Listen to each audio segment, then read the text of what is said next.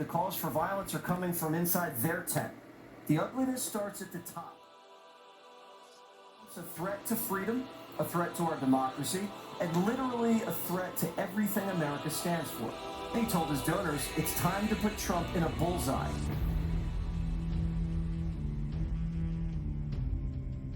This is what Biden said at a rally in Michigan last week.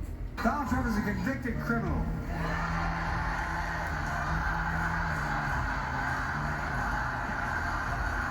And I mean this from the bottom of my heart.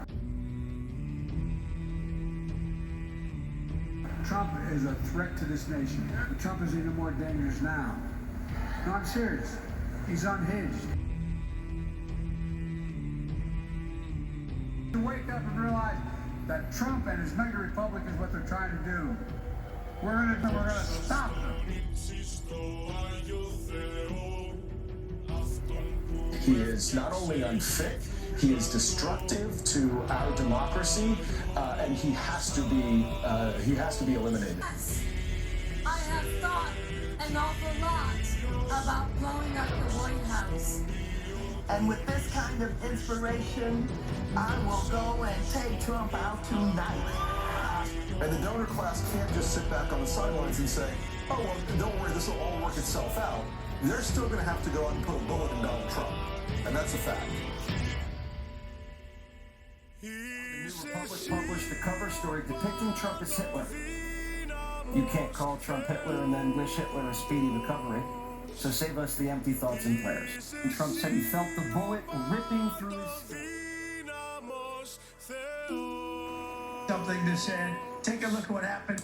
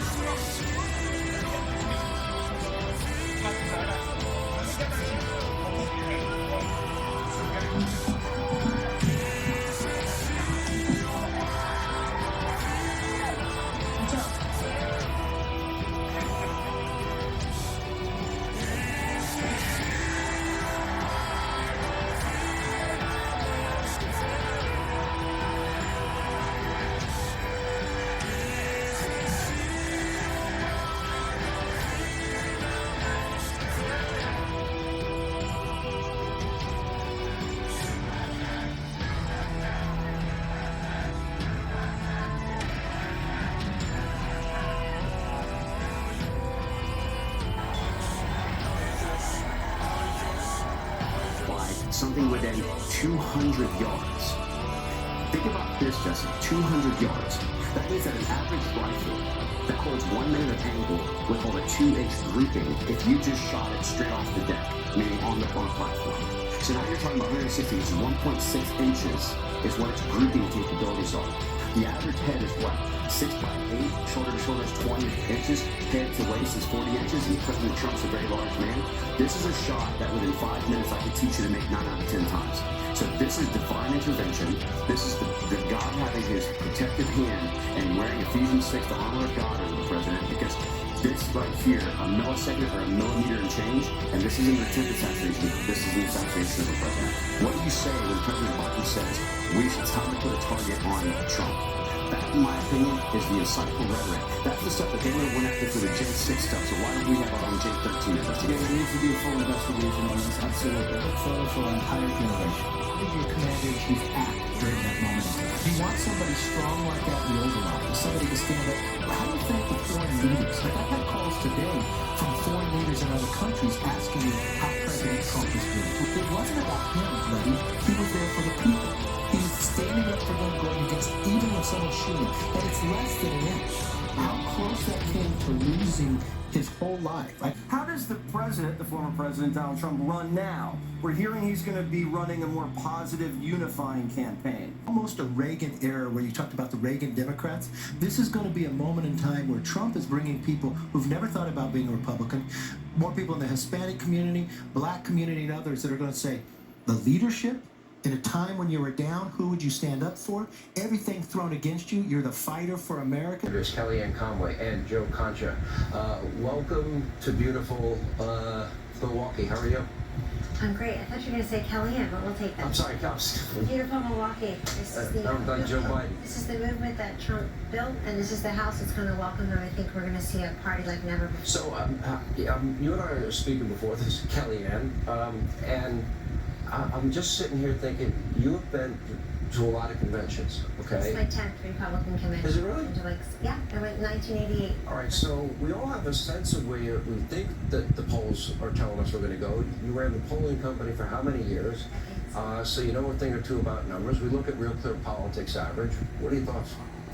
Thoughts are that President Trump, even before the debate, even before the assassination attempt yesterday, was dominating Joe Biden in the polls nationwide and in the swing states. And even the betting markets was giving Donald Trump, I think today he's got his highest rating ever. There's a reason for that. People want strength, not weakness. People want strength, not failure. They want to feel like there's fairness. They want to feel like you don't have men and women's sports. You don't have plumbers and pipe fitters paying for the student loans of doctors and lawyers. You don't have 11 million people coming here, that larger than the population of about 41 of our states, Sean. You don't have a tax system that doesn't seem fair. And I want to say this, Donald Trump tapped into something a long time ago, not as a politician, but as a cultural icon.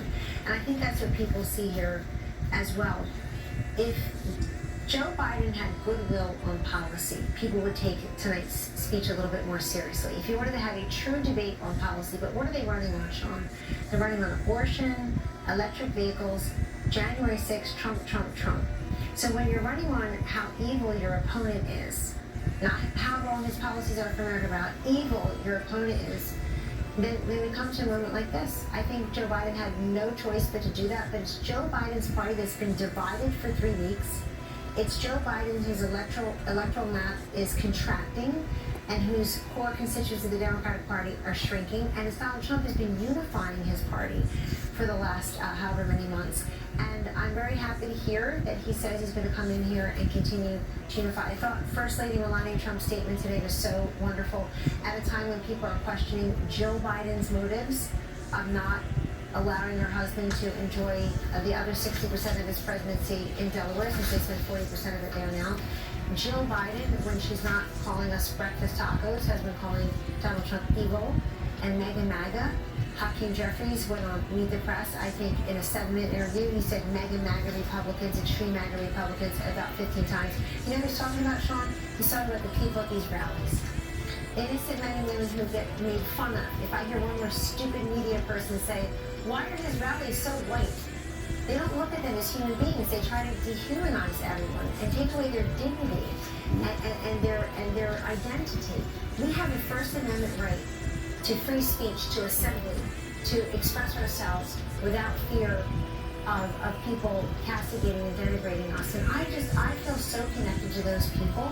I was not by Donald Trump's side for over 2,000 straight days. I know the Secret Service, the head Secret Service protection as a staffer, because of how nuts some people are and how they'll never forgive us. Martha McCallum said something very important to me last night. She said everything was all fine until Trump won. And then they twisted, they turned. It's very true. They turned and they've never gone backwards. See people trying to stop me on the street today or in the airport yesterday when the news broke. How do you feel? Which is, I'm not telling you how I feel. I love this country, but Donald Trump, I think when people say, oh, the lemmings follow him, everybody follows everything Donald Trump does, thank God. Because when he went down, they went down. It's iconic now. Yes, and when he got up, they stood up. Fight, you know. Which brings me to Joe Concha. Joe, I've got some in front of me. I'll read it to you. You talk about CNN hosts scolding Donald Trump for saying the word fight when he got up in that iconic moment. Same thing over at CBS and Margaret Brennan and others over there. We all know that Democrats like Betty Thompson, wanted to deny Secret Service protection, which is pretty unconscionable to me. Over at MSDNC, Julie Reed, Democrats needed to unite to keep Hitler out of the White House. You quoted Keith Olbermann saying, retweeting somebody else's ex post and saying about assassination and saying, well, there's always hope. And I can keep going. Your ex tweets out there today about fire. Some outlets, however, they failed that test miserably. Take some of these headlines we saw right after the attempt and today. CNN, Secret Service rushes Trump off stage after he falls at rally. Whoever wrote that headline should be fired. Not tomorrow, not next week, now. Yeah, a banana peel just happened to appear on stage and Trump slipped and fell. The Associated Press headline, quote, Donald Trump has been escorted off the stage during a rally after loud noises ring out in the crowd. Yeah, loud noises, like gunshots, where you had Donald Trump stand up with blood on his face, like you see there, and on his ear. And your initial reporting is that it was loud noises caused that? Here's the New York Times this morning. Trump hurt but safe after a shooting. They call it a shooting. No, you utter ass. It wasn't a shooting. It was an assassination attempt. How about Forbes? Here's their headline, quote, will surviving gunfire be Donald Trump's next appeal to black voters? Trump said he felt the bullet ripping through his skin. Something to say. Take a look at what happened.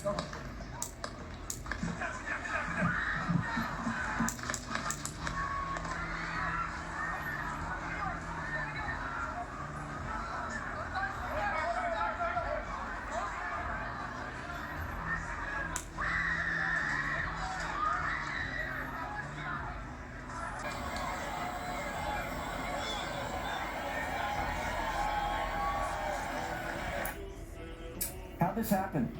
We don't know if the alleged assassin acted alone or if he...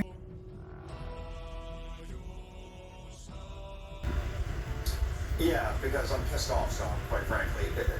This is not just something that's happened in a bubble for the last week or so, or 2 weeks. This has been going on now for 9 years. It's building to this crescendo and this horrific result where we saw a president come within a millimeter of losing his life and the country falling into chaos as a result.